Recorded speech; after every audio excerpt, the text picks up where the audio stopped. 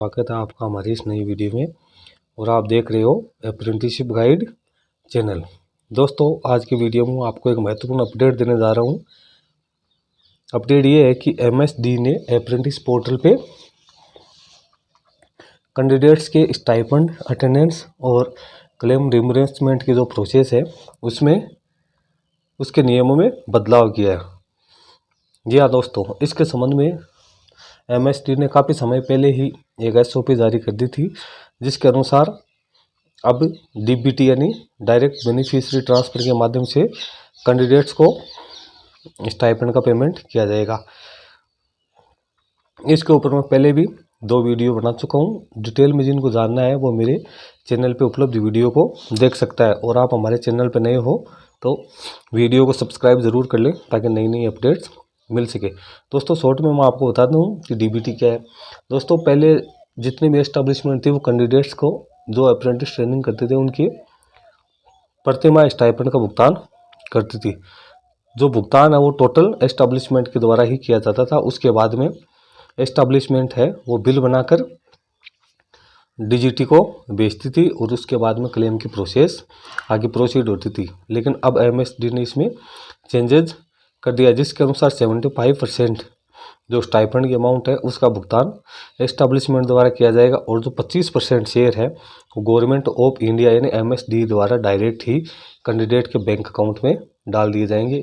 इसके लिए कैंडिडेट्स को अप्रेंटिस पोर्टल पे जाके आधार कार्ड और बैंक अकाउंट नंबर से अपनी EKYC कंप्लीट करनी होगी। और इसी प्रकार से जो एस्टेब्लिशमेंट है उनको भी DBT का लाभ लेने के लिए अपने एस्टेब्लिशमेंट पोर्टल में जाके KYC करनी, कंप्लीट करनी ज़रूरी है। दोस्तों, अभी अपडेट ये है कि जैसे ही आप अप्रेंटिस पोर्टल के ऊपर लॉगिन करते हो तो आपके सामने एक नोटिफिकेशन आ रहा है। ये नोटिफिकेशन आपने देख लिया होगा अप्रेंटिस पोर्टल पे, फिर भी मैं आपको शॉर्ट में बता देता हूँ। यहाँ पे लिखा हुआ है कि KYC has been made mandatory for all candidates, यानी जो जितने भी कैंडिडेट्स हैं उनके लिए EKYC वो कंपलसरी कर दी गई है। और जिनकी अभी अप्रेंटिस ट्रेनिंग चल रही है उनके लिए भी ये कंपलसरी है। और इन सभी कैंडिडेट्स या जो अप्रेंटिस हैं उनको अपनी EKYC प्रोफाइल में अपडेट करनी ज़रूरी है, वो भी बैंक अकाउंट के साथ। इसी के साथ जितने भी एस्टेब्लिशमेंट है जो अप्रेंटिस पोर्टल पर रजिस्टर्ड है उनको भी ये निर्देश दिए गए हैं कि वो भी अपनी प्रोफाइल है वो अपने पैन नंबर और GST नंबर जो भी उनके लागू है उनसे अपनी EKYC कंप्लीट कर ले। यानी इसमें कैंडिडेट्स और जो एस्टेब्लिशमेंट है दोनों का इन्वॉल्वमेंट है। और ये जो किया गया है ये DBT के लिए किया गया है। यहाँ पे सबसे पहले जो ऑप्शन है click here for candidate process, फिर click here for establishment process और click here for DBT FAQ। DBT FAQ के ऊपर भी मैंने पहले एक वीडियो बनाया है जिसका लिंक मैं डिस्क्रिप्शन बॉक्स में आपको मिल जाएगा, आप वहाँ से जान सकते हैं। अब अपन बात करते हैं एस्टेब्लिशमेंट की प्रोसेस के बारे में। जैसे ही आप इस एस्टेब्लिशमेंट की प्रोसेस के ऊपर क्लिक हियर करते हो तो आपके सामने एक PPT ओपन हो जाएगी। ये PPT आपने देख ली होगी डाउनलोड करके और इसकी डिटेल्स भी आपने चेक कर ली होगी। इसका जो हेडिंग है ये है direct beneficiary transfer employers journey, attendance and stipend. दोस्तों, जैसे एस्टेब्लिशमेंट पहले अटेंडेंस और स्टाइपेंड की एंट्री करती थी, प्रोसेस लगभग वही है। उसमें कुछ चेंजेस हुए हैं जो DBT से रिलेटेड है। इसके यहाँ पे पूरी प्रोसीजर आपको दी हुई है। आप ये अप्रेंटिस पोर्टल से डाउनलोड करके सारी जानकारी इसमें 1 बाय 1 चेक कर सकते हैं। मैं इसमें शॉर्ट में आपको बता दूंगा।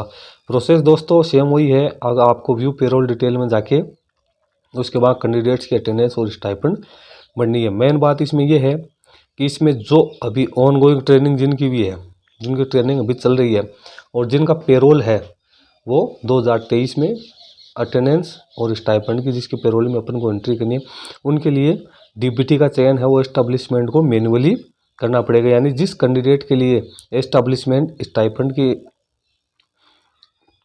का पुनर्भरण चाहती है तो उसके लिए DBT का चयन करना है। इसमें आपके पास यस और नो का ऑप्शन होगा। आप यस या नो के ऑप्शन का चूज कर सकते हो। यदि आप यस का ऑप्शन का चूज करते हो तो इसके लिए कैंडिडेट्स की EKYC होनी ज़रूरी है। जैसे आप इसका ऑप्शन चूज करोगे तो आपकी जो स्टाइपेंड की अमाउंट है वो 2 भागों में डिवाइड हो जाएगी। 75% एस्टेब्लिशमेंट का शेयर और 25% MSCD का जो शेयर है वो अलग अलग शो हो जाएगा। और जिसके लिए आप नो का ऑप्शन चूज करते हो तो जो 100% पेमेंट है वो एस्टेब्लिशमेंट को ही ना होगा। दोस्तों जब ये एस्टेब्लिशमेंट के लिए ये SOP जारी हुई थी उसी समय से कुछ एस्टेब्लिशमेंट ने इसको लागू कर दिया है और वो अभी 75% पेमेंट कर रही है। कोई एस्टेब्लिशमेंट ऐसी भी है जो अभी 100% कैंडिडेट्स को कर रही है, लेकिन ये 2023 के जो भी पेरोल है उसमें ये कंपलसरी लागू हो गया है।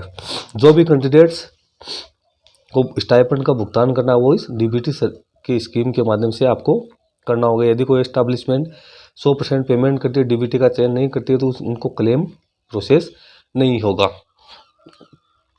उसके बाद में आपको जो भी अनऑथराइज लीव है और जो भी स्टाइपेंड की अमाउंट है वो आपको इसमें एंटर करनी है, जैसे आप अभी एंटर करते हो उसी प्रकार से। उसके बाद में आपको समस्त जितने भी कैंडिडेट हैं उनकी एंट्री करने के बाद उसको सेव एज ड्राफ्ट करते जाना है। उसके बाद में जब आपकी पेमेंट स्टाइपेंड की एंट्री कंप्लीट हो जाए उसके बाद में आपको उसको फ्रीज करना है। फ्रीज करने के बाद में इसमें पेमेंट के ऑप्शन का सिलेक्ट करके और अप्रेंटिस पोर्टल के ऊपर जो पेमेंट गेटवे का ऑप्शन है उस पर क्लिक करके पेमेंट को प्रोसेस करना है। पेमेंट प्रोसेस के लिए आपके पास इसमें अप्रेंटिस पोर्टल का गेटवे और ऑन पोर्टल का गेटवे आपके पास आएगा। इसमें आपको अप्रेंटिस पोर्टल का गेटवे का चयन करना है। आप चाहो तो ऑन गेटवे का चयन भी कर सकते हो। उसके बाद में आपको मंथ वाइज इनका पेमेंट प्रोसेस करना है। जैसे आप प्रोसेस करोगे जो पेमेंट का स्टेटस है वो आपकी स्टाइपेंड एंड रिम्बर्समेंट और जो अटेंडेंस है उसमें आपके शो हो जाएगा। इसमें कुछ एडिशनल इन्फॉर्मेशन भी यहाँ पे दी हुई है। और जो भी कैंडिडेट अभी इन फ्यूचर लगेंगे उनके लिए जो DBT है वो बाय डिफ़ॉल्ट लागू हो जाएगी, यानी उन कैंडिडेट्स की EKYC हो चुकी है और जैसे ही आप उनको कॉन्ट्रैक्ट इश्यू करोगे तो DBT के लिए ऑटोमेटिक ही कंसिडर माने जाएंगे। और जब आप उनका पेमेंट करोगे, अटेंडेंस की एंट्री करोगे तो DBT उनके ऑटोमेटिक वहाँ पे चयन हो जाएगी। उसके बाद में जो पेमेंट है वो 2 भागों में डिवाइड हो जाएगा। यहाँ पे एडिशनल इंफॉर्मेशन में ये चीज़ दी हुई है कि DBT is effective only for the payroll of 2023 and onward. और नए कैंडिडेट्स के और नए बेस है उनके लिए DBT is enabled by default. उसके बाद में process payment and view payment details. जैसे आप पेमेंट को प्रोसेस करोगे उसके बाद में ये सारी डिटेल्स है वो आपके पोर्टल में शो हो जाएगी।